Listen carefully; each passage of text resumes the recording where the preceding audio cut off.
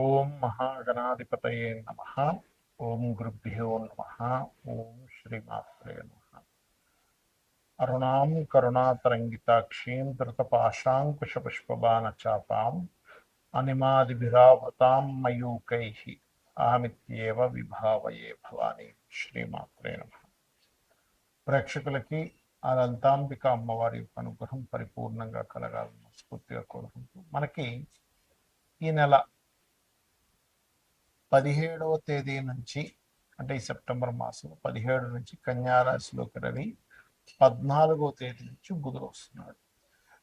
వీళ్ళిద్దరూ రవి సంక్రమణము మరియు బుధాదిత్య యోగము జరుగుతుంది. బుధుడు ఉచ్చ స్థానంలో కూడా వెళ్తున్నాడు. దీనివల్ల కలిగేటువంటి ఫలితాలు ప్రతి లగ్నము వారికి, లగ్నం తెలియని వారు రాశి నుంచి చూసుకోవచ్చు. అది మిగతా గ్రహాల యొక్క ప్రభావం ఎలా పడుతుంది, ఆ రెండు కలిపి మంచి యోగం అంటారు కదా, ఏ రాశి వారికి ఎటువంటి యోగం ఉంటుంది, ఏ విషయాల పట్ల జాగ్రత్త పడాలి అనేటువంటి విషయాలు ఇప్పుడు మనం ఒక్కొక్కటిగా తెలుసుకుందాం. అయితే చెప్తున్న విషయాలు నేనైనప్పటికీ కూడా చెప్పేస్తుంది సాక్షాత్ లలిత అమ్మవారిగా భావిస్తూ తెలుసుకుందాం. తులా లగ్నము, తులారాశి. ముఖ్యంగా లగ్నం తెలుస్తే లగ్నం చూసుకోండి, లేనట్లయితే రాశి చూసుకోవచ్చు. ఇక్కడ ఏంటంటే వ్యయస్థానంలో రవి బుధులు కలిసి ఉంటున్నారు. ఈ వ్యయస్థానంలో కలిసి ఉండడం వల్ల కొన్ని ఆకస్మికంగా కొన్ని కలిసి రావడము, కొంచెం కొన్ని లాభాల కోసం కొన్ని దేశాలకు వెళ్ళడం అనుకోండి. అదేవిధంగా తండ్రి గారి ఆస్తికి సంబంధించినటువంటి విషయంలో ఎప్పటి నుంచో పడుతున్నటువంటి కొన్ని ఇబ్బందులు తొలగడము, ఇటువంటివి బలంగా చూపిస్తున్నాయి.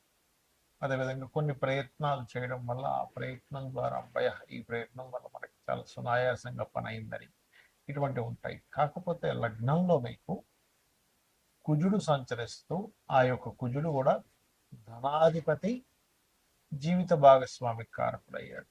So 2 and 7 కారకుడయ్యాడు. 2, 12, 2, 7 అధిపతి అయినందుకు, లగ్నంలో ఉన్నందుకు ప్రధానంగా ఇక్కడ ఈ కాంబినేషన్ ఏదైతే ఉందో ఇది ఇచ్చేటువంటి రిజల్ట్ ఏమిటి అని చెప్పి చూసుకున్నట్లయితే, ఇక్కడ ఈ కాంబినేషన్ కొంత అంటే జీవిత భాగస్వామి మూలంగా కొంత స్ట్రెస్ని ఇస్తూ ఉంటుంది. అందులో అది ఎటువంటి డౌట్ లేదు. బికాస్ ఆఫ్ సప్తమాధిపతి మరియు కుటుంబాధిపతి ఈ లగ్నానికి పాప అయినప్పటికీ కూడా సముడు కూడా అవుతాడు కాబట్టి కొంత స్ట్రెస్ ఇస్తుంది. వివాహం కోసం చేసే ప్రయత్నాల్లో ఫలితం ఇస్తుంది. కాకపోతే పంచమంలో గ్రహణం పడుతున్నందుకు గ్రహణ సమయంలో ముఖ్యంగా గర్భవతులు జాగ్రత్తగా ఉండాలి. సినిమా ఫీల్డ్, క్రియేటివ్ ఫీల్డ్ వాళ్ళకి కొన్ని పాజిటివ్ నెగిటివ్ రెండు ఉంటాయి. కాకపోతే ఈ ఐవీఎఫ్ ఐయుఎల్ చేయించుకునేటువంటి వారు, లేకపోతే ప్రేమ మూలంగా మోసపోవడము, ఇటువంటి ఫలితాలు కూడా పంచమ స్థానంలో ఉన్నటువంటి గ్రహణం దాని ప్రభావం కూడా చూపిస్తుంది. కాకపోతే ఇన్వెస్ట్మెంట్స్ చాలా మంచి సమయం, 12వ స్థానంలో రవి బుధులు ఉన్నందుకు.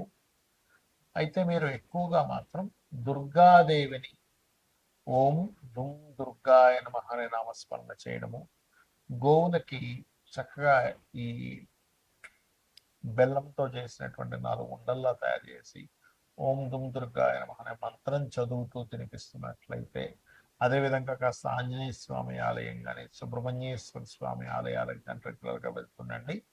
అన్ని విధాలా మీకు బాగుంటుంది.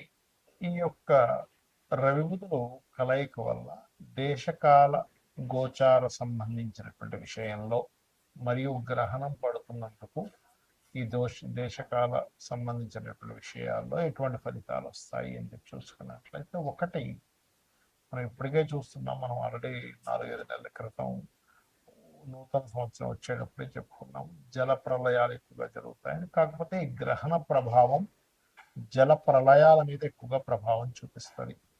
ఈ క్లౌడ్ బస్టర్స్ అని, ఈ టోర్నడేస్ అని మనకి ఇట్లా తిరుగుతూ ఉంటాయి వాటర్ లాగా. అదేవిధంగా పగలే చక్కగా చీకటి చేసినట్టుగా దట్టమైన మేఘాలు, ఈ వరదలు, వీటి ప్రభావం ఎక్కువ ఉంటుంది. కాబట్టి నీటి ప్రాంతాలకు దగ్గరలో ఉండేవారు కాస్త జాగ్రత్తగా అప్రమత్తంగా ఉండాలి.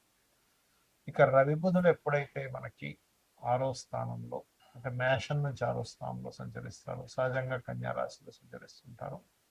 ఇది కొంచెం ఈ భూ సంబంధించినటువంటి విషయాల్లో కొన్ని ప్లేసెస్లో గవర్నమెంట్ కొన్నిటిని శాంక్షన్ చేసినందుకు భూమికి సంబంధించిన విషయంలో, ముఖ్యంగా భూమి అపార్ట్మెంట్లు కాదు, భారతం చేసుకోండి, భూ విషయాల్లో మంచి ధరలు పెరగడాన్ని ఇది ఇస్తుంది.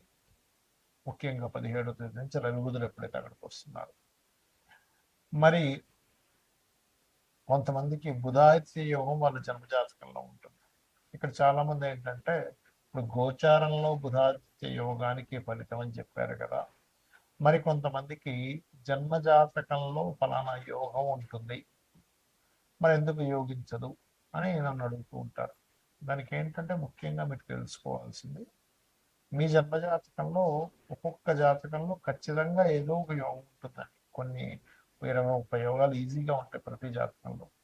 కానీ ఇదేమిటి గజకేసరి యోగం అన్నారు, బుధాదిత్య యోగం అన్నారు, అనపాస యోగం అన్నారు, సునఫా యోగం అన్నారు, శకట యోగం అన్నారు, ఇట్లా రకరకాలు చెప్తుంటారు కదా, నాకెందుకు ఫలితం రావట్లేదు, లేదా పంచమహాపురుష యోగాల్లో ఒక యోగం ఉందన్నారు, మరి ఏమిటి పరిస్థితి అని అనుకుంటూ ఉంటారు. ఇక్కడ మీరు అర్థం చేసుకోవాల్సింది ఏంటంటే, ఒకటి పాయింట్ నెంబర్ 1, మీకు ఉన్నటువంటి యోగం సంబంధంగా మీరు మీ లైఫ్లో ప్రయత్నం చేస్తున్నారా లేదా. అంటే ఎలాగా అంటే, ఇక్కడ గురుమూలక ధన యోగం ఉంటుంది. అలాంటప్పుడు వాళ్ళు టీచింగ్ లైన్స్లోకి వెళ్తే బాగుంటుంది.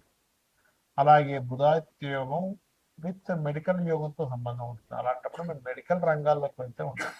అంటే ఎలా అంటే, పలానా దగ్గర నిధి ఉందని తెలిసింది, ఇది ఉన్నంత మాత్రం మీకు రావాలని ఉండలేదు. ఆ నిధి కోసం మీరు ప్రయత్నం చేస్తే మీకు ఎలా అయితే నిధి వస్తుందో, లేకపోతే పలానా గవర్నమెంట్ పలానా ఆఫర్స్ ఇస్తుంది అన్నప్పుడు దానికి సంబంధించి మీరు అప్లై చేసుకుంటే ఎలా అయితే వస్తుందో, అలాగే మీ యొక్క జన్మజాతకంలో కూడా ఏ యోగం ఉంది, అది ఏ ఫలితాలు ఇస్తుంది. అది కెరీర్ మూలంగా ఫలితం ఇస్తుందా, బిజినెస్ మూలంగా ఇస్తుందా, ఒక సర్వీస్ మోటోలోకి వెళ్తే ఇస్తుందా, ఒక ఆధ్యాత్మికమైన వాటిలోకి వెళ్తే ఇస్తుందా అనేటువంటిది ఎలా ఉంటుందో, ఒక అవయోగం కూడా దీని జోలికి వెళ్తే మంచిది కాదు అవుతుంది. కొంతమందికి షేర్ మార్కెట్ మూలంగా ధన నిర్ధన యోగం అయిపోతుంది. అలాంటప్పుడు షేర్ మార్కెట్ జోలికి వెళ్ళకూడదు. ఇంకొంతమందికి విదేశాలకు వెళ్ళడం అన్న అవసరం ఖర్చు అవుతూ ఉంటుంది, అప్పుడు విదేశాలకు వెళ్ళకూడదు. ఇంకొంతమందికి చేయకూడని బిజినెస్లోకి ఎంటర్ అయ్యే రాంగ్ టైంలో, అందరికీ బిజినెస్ అచ్చిరాదని కాదు, అక్కడ ఎంటర్ అయ్యే టైం రాంగ్ టైం అవుతుంది. చేయకూడని బిజినెస్లు ఏమో చేస్తూ ఉంటారు. ఇది ప్రధానంగా ఇక్కడ దీని యొక్క ప్రభావం చూపిస్తూ ఉంటుంది.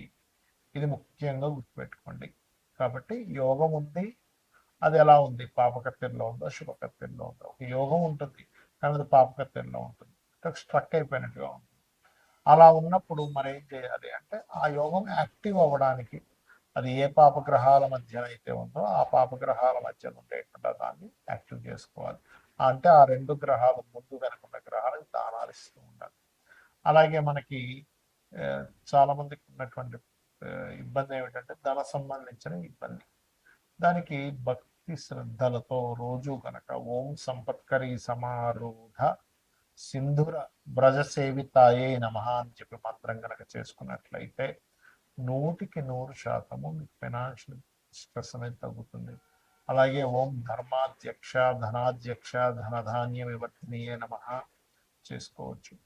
అప్పులున్నాయి ఓం అప్రనాయ నమః. ఇక్కడ ఏంటంటే అసలు మీకు మీ యోగం ఏమిస్తుంది, అది ఎప్పుడు యాక్టివ్ అవుతుంది, అదేమైనా పాపకత్తెరలో ఉందా శుభకత్తెరలో ఉందా, ఆ యోగానికి తగ్గట్టుగా నేను వర్కౌట్ చేస్తున్నాను లేదా, నేను దానికి సంబంధించిన ప్రయత్నం చేస్తున్నాను లేదా, ఇది తెలుసుకోనంతసేపు మీకు ఎన్ని యోగాలు ఉన్నా కూడా ఫలితం అనేటువంటిది ఉండదు.